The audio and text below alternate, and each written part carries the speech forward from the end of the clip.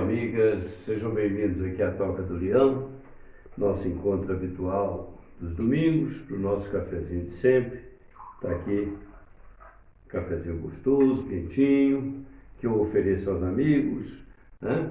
Com algumas guloseimas aqui na nossa mesa. Eu compartilho contigo o que eu tenho aqui, compartilho contigo o que você tem aí. E vamos fazer um domingo feliz para todos nós, um domingo de boas lembranças, de boas memórias. E eu espero que todos estejam bem na sua casa, com a sua família, tudo esteja bem. E pedir a você que se não é inscrito, que se inscreva no canal. Se já for inscrito, que acione o sininho para nos dar, para receber a notificação dos novos vídeos. E se ao final achar que valeu a pena, dê o seu gostei, que fortalece o nosso trabalho, robustece a nossa caminhada. O nosso tema de hoje é Milagre de segunda-feira de manhã. Esse é um título extraído, obviamente, de uma história vivida por Pat Wingard e que é narrada por Philip Yancey, um conferencista internacional, e que nos traz ensinamentos importantes que eu gostaria de compartilhar com vocês nessa manhã. Então, Milagres da segunda-feira de manhã é um episódio de vida que pode acontecer com qualquer um de nós. Vamos ao tema.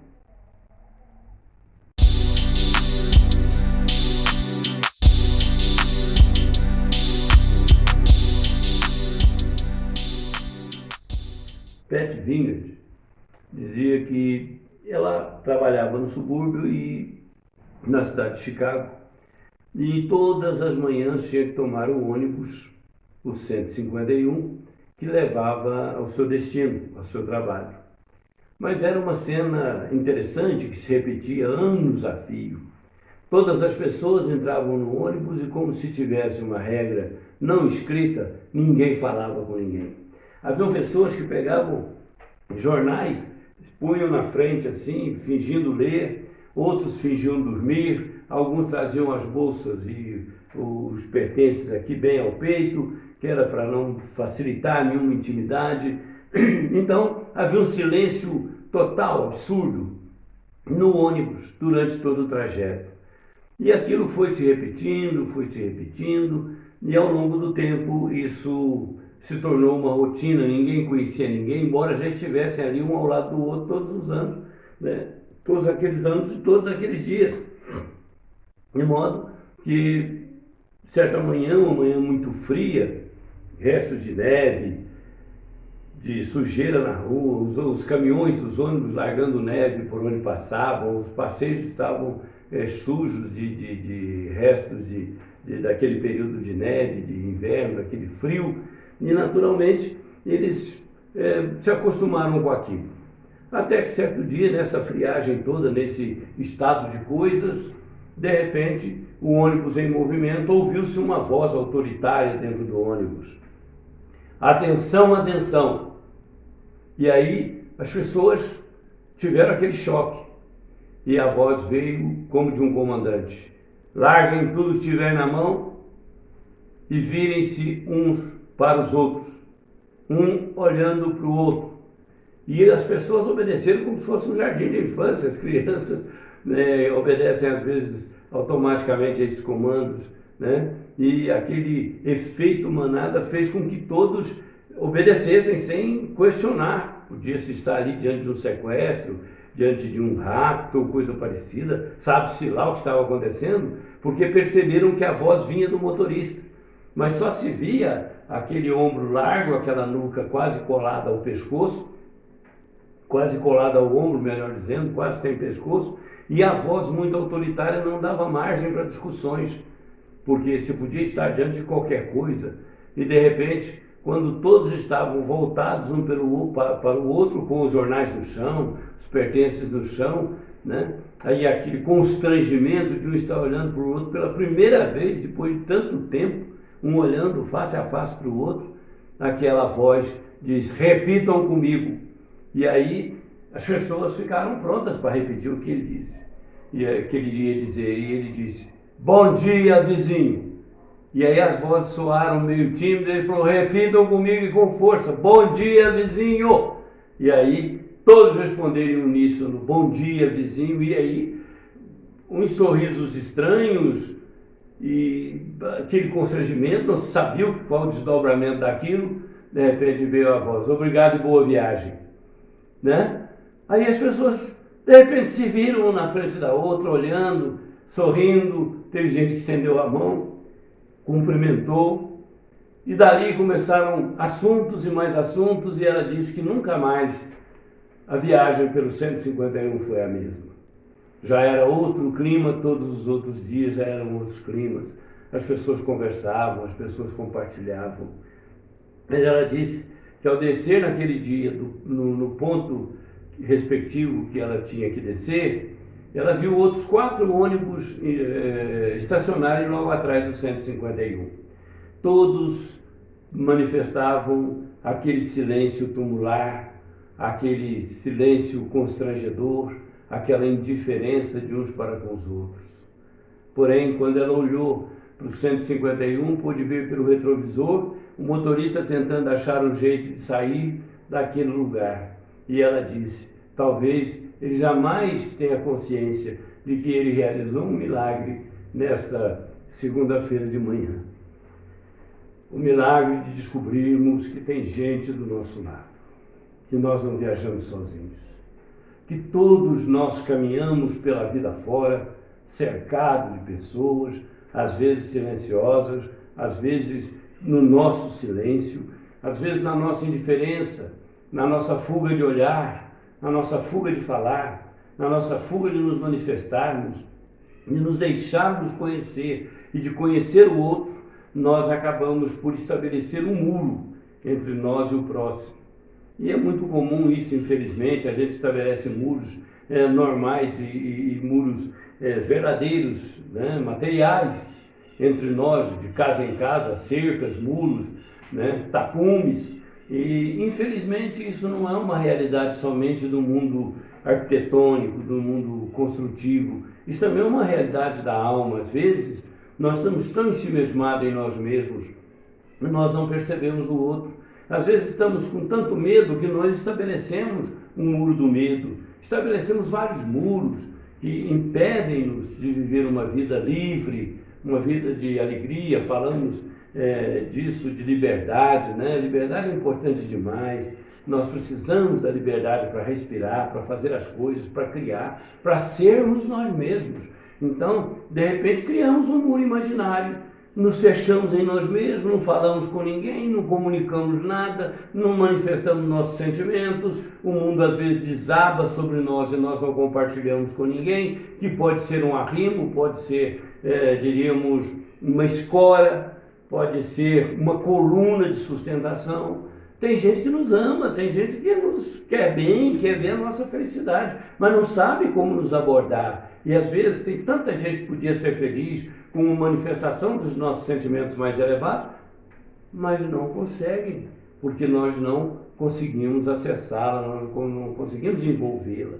Então, essa experiência me foi muito rica e eu me lembrei dela algum tempo atrás, quando pude assistir uma reportagem e ver depois no jornal, já há muitos anos, num campus de uma universidade de uma cidade grande, aconteceu um episódio. As pessoas estavam fazendo caminhadas, né, e andando por ali, e de repente um dos seus fones de ouvido, que é um jeito de fugir também da realidade, no seu celular, que também manifesta que não quer contato com ninguém, né, porque quando a pessoa está no celular, às vezes ela fica até meio intolerante, fica até meio impaciente, não se sabe por quê.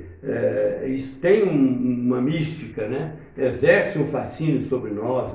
Parece que a coisa mais importante do mundo é aquilo que está sendo visto ou está sendo feito naquele momento.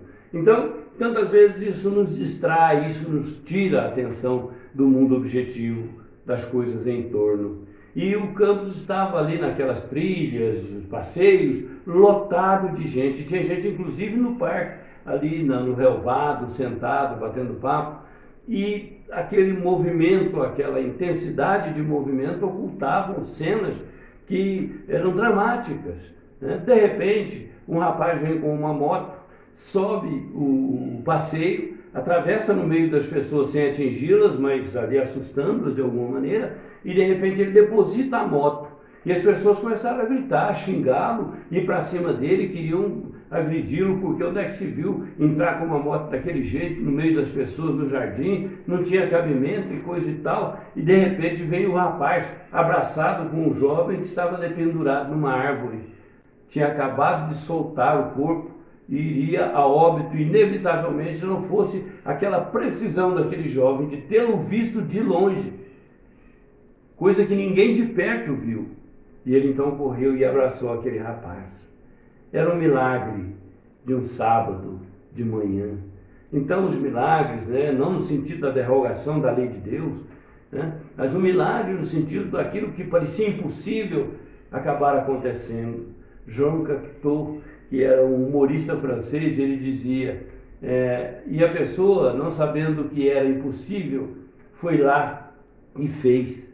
Quer dizer, muitas vezes nós achamos impossível salvar pessoas nesse sentido, mas quando nós estamos alertas, atentos, esses pequenos milagres acontecem. Quantas maravilhas, Falamos recentemente sobre uma ressuscitação na beira de um rio, de uma criança cujo parto foi feito numa canoa, Falamos de uma senhora que de repente salva uma mãe e uma criança de se saltar de uma ponte numa hora desesperadora. Então a gente vê que esses pequenos milagres acontecem em todo lugar. Numa segunda de manhã, num ônibus lá em Chicago, de fazer as pessoas voltarem à realidade, olhar para o mundo e ver que o mundo tem vida, o mundo tem regurgita essa maravilha de Deus. Quais os muros que nos impedem de ver a vida como ela é, de ver a beleza da vida? Será o muro do mas se não fosse isso, se não fosse aquilo? Será o muro do ser, se não tivesse acontecido isso, se não tivesse acontecido aquilo? Se tivesse acontecido aquilo? Será o mundo do porém? Tudo estava indo bem, porém, ou o mundo dessa interjeição adversativa, Eu estou bem, mas meu marido é bom, mas o meu filho é bom, mas a vida é boa, mas. E aí nós acrescentamos o negativo, que vem sempre depois do mais, do e, do porém, do inobstante, do portanto. Então, poderíamos descobrir quais são esses muros, essas cercas, esses tapumes que nós erguemos entre nós e a vida, entre nós e o próximo, entre nós e os nossos objetivos.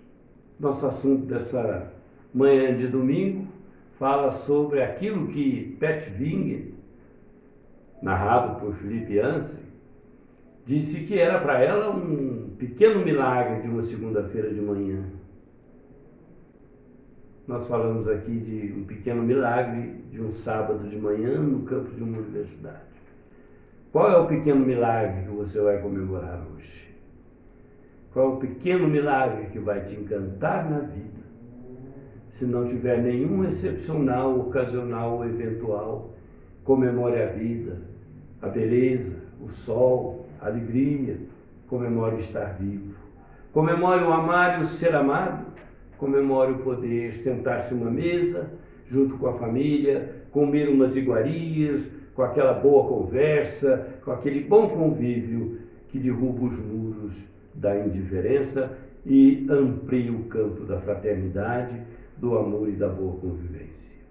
Amigos, nesse domingo de manhã, trouxemos esse assunto para a nossa reflexão, de quantos pequenos milagres são feitos os nossos dias. Que Deus nos abençoe e nos dê a sua paz. Abençoe a sua família, abençoe a todos os seus, abençoe você. Que você também abençoe a vida, abençoe a todos. Eu abençoo tudo que Deus me dá. Esse cafezinho da manhã, por exemplo, estou compartilhando contigo. O café da manhã que você compartilhou comigo. É disso que se trata a beleza da vida. Até o nosso próximo encontro, se Deus quiser. Que Deus nos abençoe. Tenham todos muita paz. Fiquem com Deus.